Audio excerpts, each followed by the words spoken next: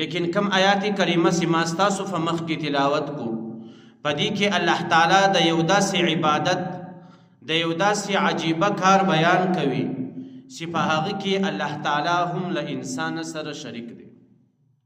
دا څه معمولی خبره نه ده چې د کائناتو رب له انسان سره په یو کار کې شرکت کوي.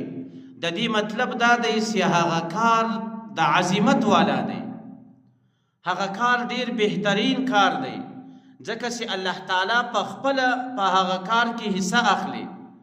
هغه کم کار دی چې الله تعالی او امت محمدی ته او په هغه کار کې الله تعالی په خپل هم ځان ور سره شریک کوي. الله تعالی په قرآن کریم کې فرمایي ان الله وملائکته یصلون علی النبی، بشک الله تعالی او د الله تعالی ملائکه یصلون علی النبی پر محمد رسول الله صلی الله علیه وسلم باندې درود وایي. ګوره الله تعالی خپل رحمتونه پر محمد رسول الله را نازلوي او ملائکه هم پر محمد رسول الله باندې درود وایي. امت ته څه تعلیم دی؟ الله تعالی فرمایي یا ایها الذین آمنو، ای ایمان والاو.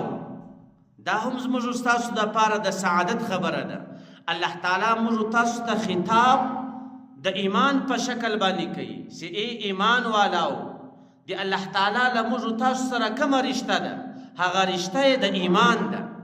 یا ایها الذین آمنو، ای ایمان والاو، صلوا علیه وسلموا تسلیما. علماء کرام فرمایي چې کله دا آیات وویل سي تاسو باندې درود شریف ویل واجب دي. ټول وایه صلی الله علیه وسلم. یا ایها الذین آمنو، ای ایمان والاو، صلوا علیه وسلموا تسلیما.